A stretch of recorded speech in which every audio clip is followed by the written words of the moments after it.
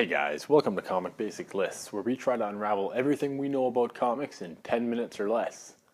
Today's topic, 9 characters who will see Avengers Infinity War Part 2, and 1 who won't. The Marvel machine is ramping up and production is running at an all-time high. With so many moving parts in place, the world is left on the edge of our seats wondering, speculating, and trying to dissect all that will happen in not only Avengers Infinity War Part 1, but Avengers Infinity War Part 2 as well. The most hotly discussed topic is who will live and who will die. With that, here are 9 characters who will see Avengers Infinity War Part 2 and 1 who won't. Let's begin by getting some of the more obvious ones out of the way. Aside from both AntMan and the Wasp, any and all of the Guardians of the Galaxy will make it out alive. Not only are each of them extremely popular, have become a cash cow for the Marvel brand, and some of the most recognizable heroes not named Iron Man, Thor, or Captain America, they are set to be part of the sure-to-be successful Guardians of the Galaxy Volume 3. I'd have put Chris Pratt Star-Lord on the list, however, as much as he is the shining star of the soon-to-be trilogy, in my mind, his star doesn't shine quite as bright as Zoe Saldana's Gamora. Alongside Scarlett Johansson's Black Widow, Gamora has empowered women all over the world to stand up and be the strong individuals we all know them to be. Yeah, Brie Larson will become the first female to star in her own solo movie, but she is unproven. If that movie fails, Marvel can always fall back on Gamora. Aside from Black Widow, I believe that she and her sister Nebula have the most compelling stories to be told. I don't have to tell you that just 2 months after the release of Infinity War, Ant-Man is slated to appear in his second solo, yet not so solo movie, Ant-Man and the Wasp. Knowing this, I don't believe I need to provide any further reasons that he will live to see Avengers Infinity War Part 2. If you had asked me before the monumental success of his own movie, Black Panther may have been on the cusp of death. Much like the way half of the Avengers rallied around the death of his father King T'Chaka, imagine what could have and would have happened had T'Challa found himself on the wrong end of life. No more heart-shaped herb to bring him back, no more Wakandan technology to revitalize his spirits, and no more suits to protect him. If the Black Panther had fallen, the secret Avengers would have rallied around him and done something very special. This, of course, is all a pipe dream and remains so now that the Black Panther has destroyed just about every Marvel Studios record known to man. Black Panther will live, and if I'm a betting man, in which I am if the bet is good enough, he will be at the forefront of the worldwide assault on Thanos and his Black Order. No one stays dead in comics except for Uncle Ben and Bucky. Alright, no one stays dead in comics except for Uncle Ben. Bucky has unceremoniously died once already, and there is less than a 0 chance it'll happen again. Not only is his character far too important for the future of the MCU, Sebastian Stan is a hell of an actor. Granted, I'm biased because, as I've mentioned more than one time on this channel, The Winter Soldier is my favorite movie, but let's not let that play a role here. If you've seen Black Panther, you know that he's returned from his hibernation, healed up and ready to go. Further to that, Entertainment Weekly has released a new magazine cover confirming that he will be going by his new name, The White Wolf. Yeah, this is a step down in the name category, but that cannot force me to downplay his importance moving forward. Bucky will become Captain America, and I suspect that it'll happen sooner than later. Of course, the big bad guy that the movies have been building up for will survive the first Avengers Infinity War. Thus far, Marvel has divided the outcome of its villains quite nicely. Red Skull, not dead but pulled out of reality. Ironmonger, dead. Loki, alive and well. Alexander Pierce, dead. Ronan the Accuser, dead. Yellow Jacket, alive and well. Ultron, alive? Malekith, we won't even talk about him. The Grand Master, alive and well. Killmonger, dead. Vulture, alive and well. Caecilius, alive and, well, not so well. Thanos, for all his power, will make it through at least this movie. He kinda has to. He's a little integral to Avengers Infinity War Part 2.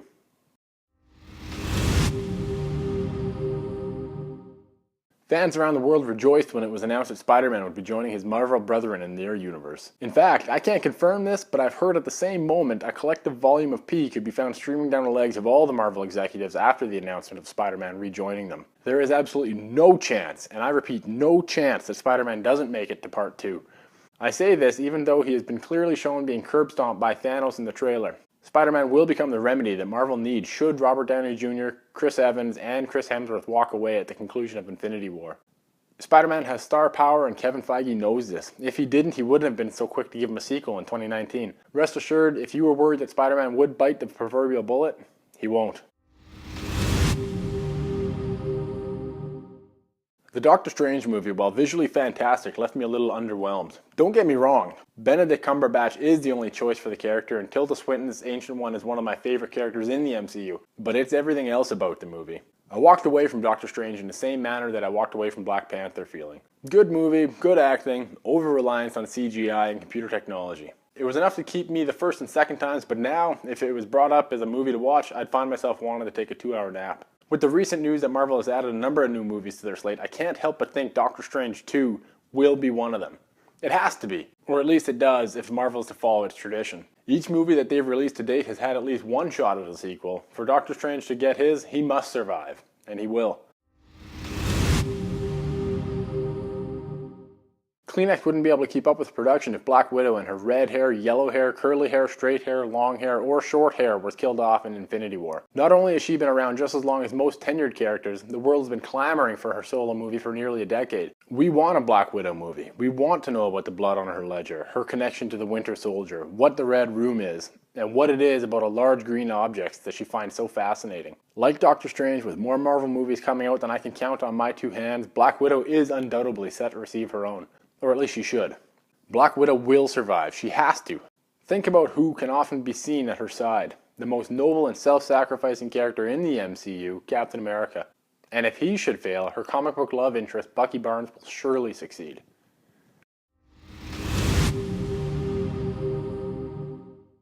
In my mind, the Incredible Hulk has always been a little bit of a conundrum. What is a studio to do with a character that actually doesn't need teammates, can single-handedly turn the tide for whichever side he's on, and was purposely cast out to space because he would have provided his team with an easy win in Civil War?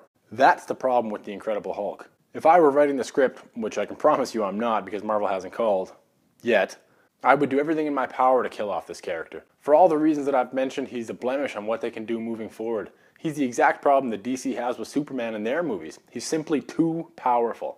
Sure, there will most certainly be a movie-stealing scene involving him and Thanos, but at the end of the day, this will be overlapped by the question we all will ask. If the Hulk is nearly indestructible, why doesn't he just stomp the shit out of Thanos and call it a day? He will live to see Avengers Infinity War Part 2. Vision. Everyone's favorite android. My friend Vision, you will look to have died during Infinity War. You will be the rallying point that the Black Panther could have been. You will be the reason that Tony Stark and Steve Rogers put their playground-like dislike for one another aside and band together for the greater good. Vision, you will be the reason that Scarlet Witch internally explodes and finally shows what she's capable of. And you will be the reason that the team survives and lives to fight another day.